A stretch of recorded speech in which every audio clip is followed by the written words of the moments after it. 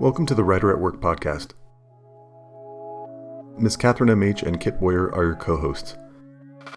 They will be bringing you updates on their journey to becoming full-time authors, as well as writing advice, book reviews, and information to help you on your road to authordom. Join these authors as they work on their writing careers.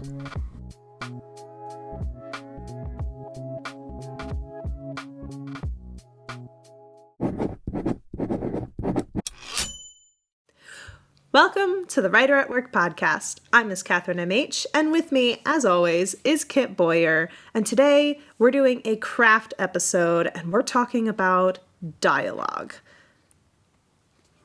Yes. So we're going to go over how we each do dialogue, and we're going to try to keep this episode at around 15 minutes so that it's kind of a little bite-sized listen. Yep. So, you or me first? I can go first. I think we'll probably switch back and forth a little bit, but when I do dialogue, I often play out the conversations in my head, or if I have privacy, I'll say the things out loud to make sure they sound natural. Because you've all read something that some authors put in there and thought was very clever, but if you say it out loud, it sounds really weird and not at all natural. Mm-hmm. Yeah, I do the same with my dialogue. I really like to talk it out loud, and that's especially if I'm in the editing phase. I will talk my entire dialogue out. So anytime it pops up, I will be talking in their accents, or I'll deepen my voice to make it sound like the man, or, like all of those kinds of things. It's really funny to watch, and I try to make sure I'm very much in privacy when I do it. Yeah. In terms of accents, I will often try to put on an actor's voice or the voice of a famous person so that I kind of get a different person's way of speaking, and I can kind of record that rather than just recording the way that I would say something. So I'll try to think of how would, I can't think of a single actor's name off the top of my head right now, but how would that actor say this line, or how would this character in this movie that I've watched say that line? And that usually will help make it more believable. Yeah, for me, my accents, they really come from my steampunk world, and a lot of it is the grammar or in my head, I don't know why it works like this, but for my steampunk world, the upper class sound very British, so they're always talking and being very proper sounding. And then for my lower class, they're very much more like a Scottish accent, and they're just going. And so it's a lot more fun to do. And I learn how they would say things just by reading it like that. So I really like to write my accents into dialogue. So if they're using words like ya or yar, oi, things like that really help build that character voice. So as soon as you see them, you definitely know who is talking just by how they're talking. Yeah, that's something that I like to do as well. Make sure each character is distinct, or each main character is distinct. And sometimes some of the lesser characters, secondary, tertiary characters, also with distinct accents or ways of speaking, so that I don't have to include dialogue tags every time. You'll know based on, like you said, how they say things.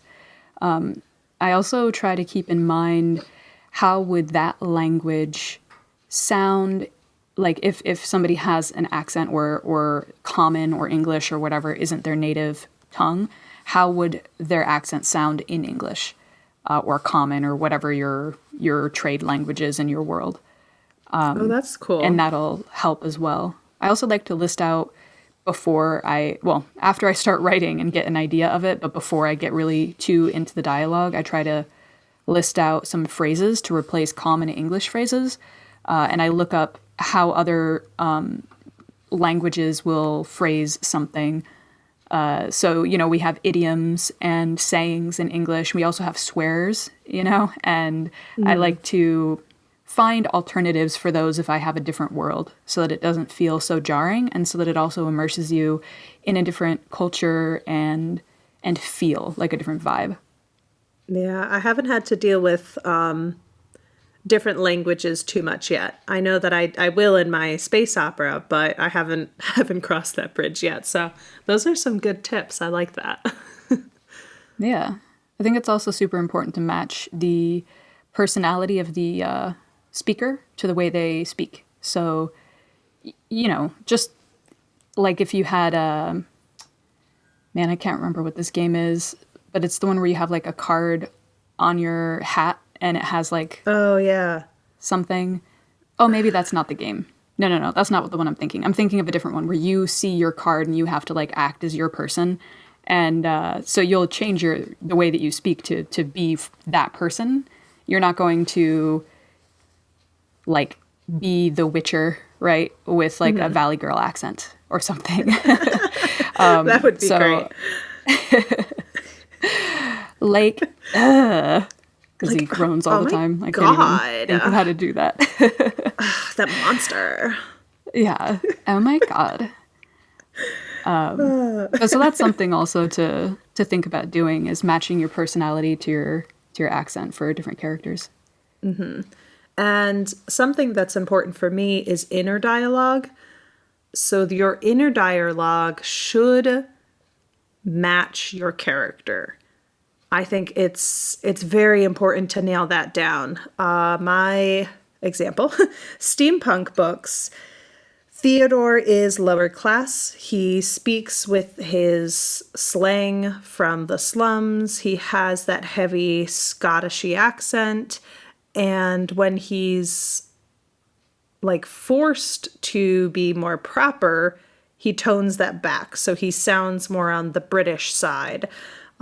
He has more of the like proper wording, but then you'll get his inner dialogue, which is still back in like the slums talk. So this way you can hear the difference of he's being his fake self or proper self and his true self in his mind. So make sure that your inner dialogue also matches your character, even if their outside dialogue isn't matching them at the moment. Right. Trying to think if there are any other things I specifically do for dialogue. I guess going back to what we said earlier about doing the voices in your head or out loud and following other people's accents, just listen to a lot of different accents if you can and a lot of different ways of speaking. Watch YouTube videos about certain actors or, interviews with certain people or whatever who speak in a different way than you do, and just kind of maybe even list out or note the ways that it's different from how you talk. Yeah. And that'll usually help, I think. Yeah, it definitely would help to listen to people, hear different accents around you, especially like if you're doing a city scene. If they are talking to different people, talking to different vendors, there's going to be, and that's a great way to also world build really quickly and show the reader like, hey, this is an expansive world without actually having to show them and be like, and to the west of this city lies the country of this. You can literally just show that there's diversity by the different accents or the different languages that a character is listening to, maybe for the first time. So it's easier to throw in a little bit of an accent to show some world building than a bunch of info dumping. Yeah. Yeah. And if your character notices somebody has an accent and can internally think about what that might mean about that person, that'll give the reader more information as well. Mm-hmm. Yeah. I think that's pretty much my process. Yeah, mine too. Don't forget to run your dialogue through another person as well to to get feedback, because they'll tell you right away if this doesn't make any sense, or I don't understand why this person is saying this, or I can't pronounce these words, so I'm just skipping over them, that kind of thing. They will let you know, especially if you have a good critique group. Yes. Don't think I have anything else, do you? Nope. I think we've covered it all. All right. Well, thank you all for listening. We appreciate your patronage. Like, subscribe, do the social stuff, all that kind of thing. Have a great week, and see you next time. Bye.